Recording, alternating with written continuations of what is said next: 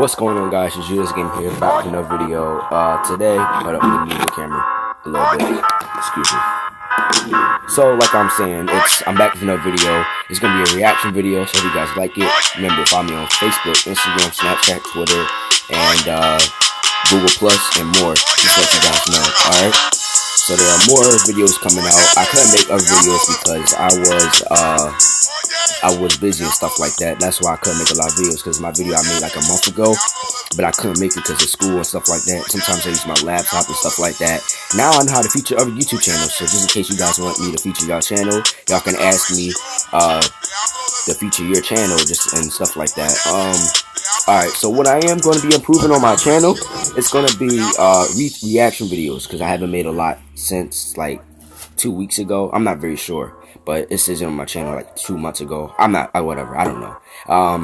Basically, that's what I'm saying. So if you guys want to see more, reactions, please let me know. My goal is to get over 165 subscribers, so if you guys are watching this, then just tell your friends about my channel, share this channel, like, comment, share, and subscribe if you're new.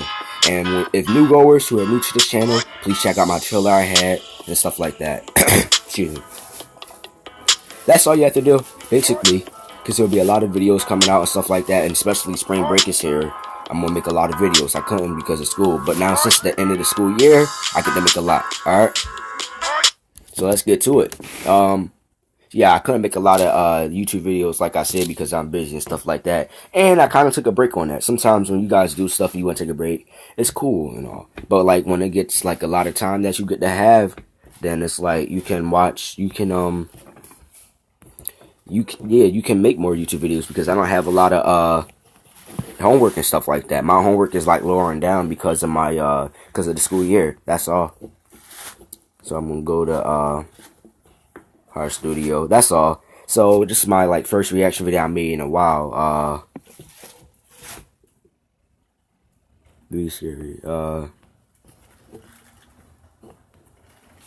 Let's see.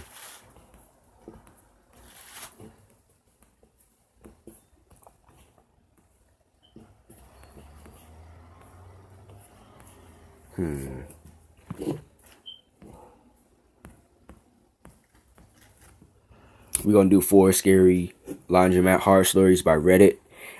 It's gonna be, a reaction video I'm gonna make. So I'm gonna make this reaction video right here. All right.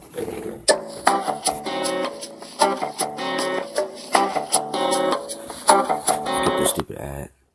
Let's go. So hope you guys like it and stuff like that. Laundry guy. I'm 19 years old and female. This actually happened to me yesterday afternoon. I was at my usual laundromat off the corner. It's about 2 blocks from my apartment. I usually walk to the laundromat to do a little bit of clothes, but today I had a big load, so I took my car. Anyways, as I was loading my dirty clothes into the washer, I heard a man's voice behind me shouting, "Damn, baby, you got a nice ass." I looked up and see this guy, late 20s, early 30s, with a red candy sucker. The guy was doing something with his tongue while he was playing with the candy sucker. Sorry if that sounds a bit confusing, but I didn't know how to describe what he was doing. There may have been 3 other people in the place who heard him, but didn't do anything about it.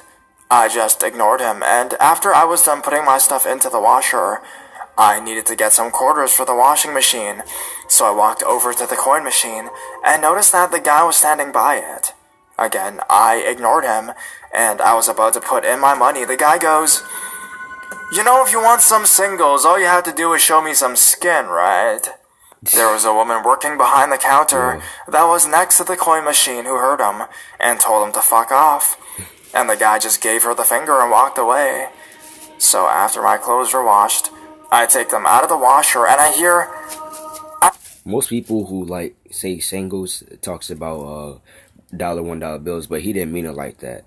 Because singles, when you hear singles, like when dealing with money, like I'm gonna give you singles, like not like a single person or something like that. It's like me money, but he didn't mean it that way. But that's creepy and stuff like that. "I bet your pussy's all wet right now after washing them dirty clothes." The fucking jackass said this out loud. Frustrated, I just loaded my clothes into my plastic bag and walked out to the car. That's smart.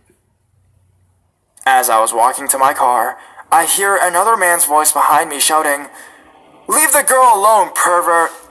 I look back, and one of the men who were in the laundromat was blocking him from exiting the door. That's smart. My guess was that the pervert was following me out, and one of the men inside stopped him. I was thankful that someone saw what was going on and stopped him, so I put my stuff in my car and drove off to find another place so I could dry my clothes. So, creepy laundry guy, let's not meet. Laundromat. This happened nearly a decade ago when I was 18 years old. For some background information, I was a shy and anxious kid with very little life experience. I had to wash my clothes at the laundromat, but no one had taught me how to do laundry, much less at the laundromat. I genuinely believe that you were only allowed to use one dryer and washer at a time, no matter how empty the laundromat was. So, I put it off until all my clothes were dirty, which would create larger loads, and therefore, I was spending up to 6 hours at the laundromat every few weeks. That's crazy. I'd bring my laptop, and occasionally, I could find a weak, unprotected internet signal I could use. Wireless wasn't much of a thing in rural areas back then. So anyways, I'm at the laundromat, playing a really old Facebook game that doesn't exist anymore. A scruffy-looking man came and sat down next to me. I didn't look at him or acknowledge him. I was uncomfortable being so close to a stranger, but didn't think he was sitting next to me to sit next to me. If I had been paying attention, I would have realized the laundromat was next to empty. So we sit like that for a few minutes, and I refused to acknowledge his existence because I didn't know how to handle social interaction. He sits quietly the whole time, but eventually reaches over and starts to type on my keyboard, which is in my lap. I'm shocked, and I finally look up, and he's grinning at me. I didn't know what to think. Who the fuck types on someone's keyboard? He didn't activate any keys to screw anything up, luckily, but it still felt very invasive. Before I say anything, he says, "I would have been great at these things if I hadn't spent my life in prison." I don't remember how I responded to that, but he launches into his life story about going to prison for drugs when he was a kid, how he was such a smart kid and would have been a millionaire genius if he had the chance to grow up with computers, if he had not gone to jail. I don't remember how I was responding to this, but I'm sure I was responding. My responses were most likely quiet, generic responses to keep him happy. You know what's funny though? It's like when you meet someone, like you just met someone, like from your parents or whatever, and then they start going their life story. It's like, okay. I mean, everyone has a life story, you know, so not like when you like die or like when you necessarily old, but like if you're a young adult, right? And you know, you done some stuff when you was like 10 years old and you're like 20, you like 25 and you should done stuff when you were 10 years old. So that's like, you know, 15 years ago. So, you know, you tell your life 15 years ago, but your life is still going on till whatever you die. But I'm just saying, but life stories is basically when, you know, he's like an adult and he tells her about his life story, what he did when he was younger, basically. But like, most of them be long and stuff like that. I don't even tell long ones, but that's just creepy, you know? Until he would finally go away. Like, oh, interesting, wow, I'm so sorry, etc. Across the parking lot from the laundromat was a shady apartment complex where you rent by the day. It's always kind of sketched me out, but people fall on hard times, and I never really thought about it twice. So the guy keeps talking to me, and I don't know how long the conversation lasted, to be honest, but it felt like it took forever. He really wanted me to know that he would have been a computer genius if he hadn't gone to prison for selling drugs. Maybe he would have been. I don't remember if he talked about anything else or asked me about my life. Finally, he winded down, and I don't remember if he left first or if I left first, but I think he was getting ready to go. He tells me that him and his girlfriend live in the apartment across the parking lot. He tells me that I should come over, and I say, "Oh yeah, maybe sometime." He gives me his number, and I can't remember, but I think I may have given him mine. He keeps telling me to come over sometime, and I keep agreeing that yeah, one day I will. Finally, he gets really serious. It's the first time he doesn't have a smile on his face. He says, "No, really, come over sometime." I nod my head, and he leaves. He never called me, thank God. I told my parents, and they got me a washer and dryer immediately. I had to go back to the laundromat a few times over the next few years after that, and encountered a few more creeps, but no one near as bad as him. No, let's not meet at your apartment.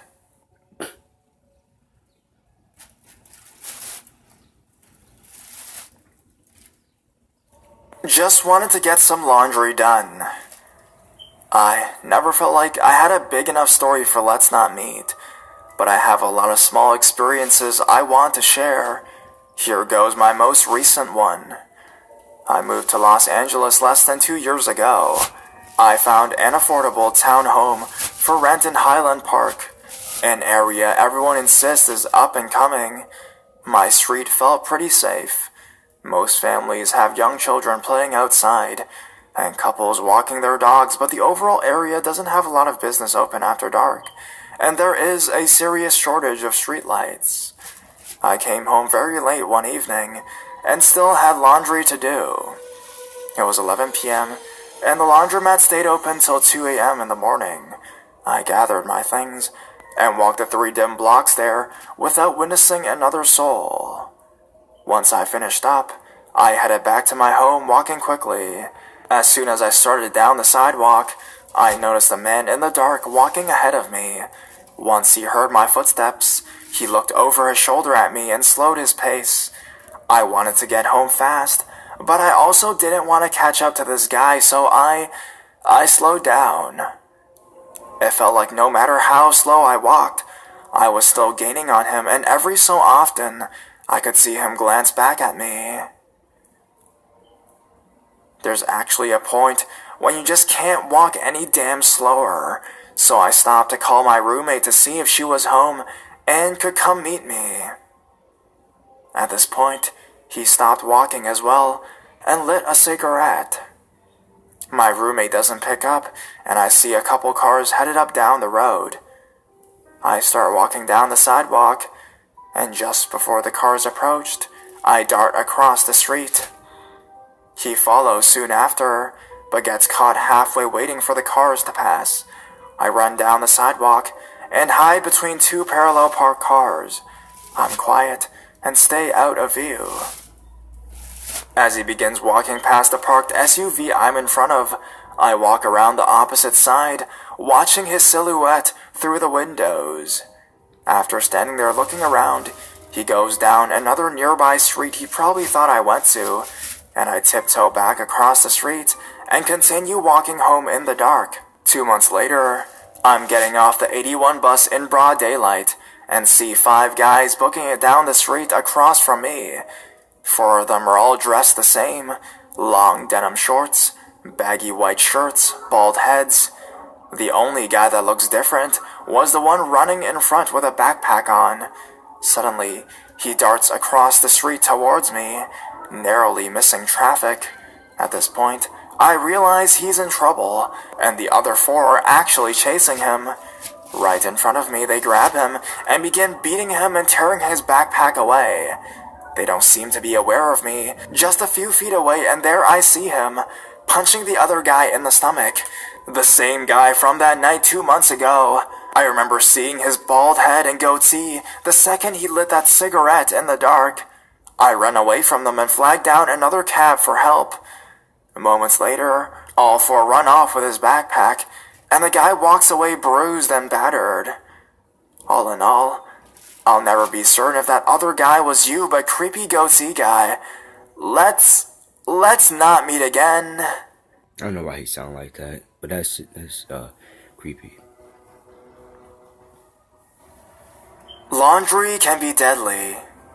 Can it? I've told this story online in other arenas. I created an account here so I could share it in this forum as well. I have enjoyed reading the other stories here. I am female, I was 15, it was 1992. I lived in a Southern California suburb where everyone's backyard is fully fenced in. We had a detached garage that could only be accessed from the alley or backyard. We also had an old wood shed that led to a gate going out to the alley.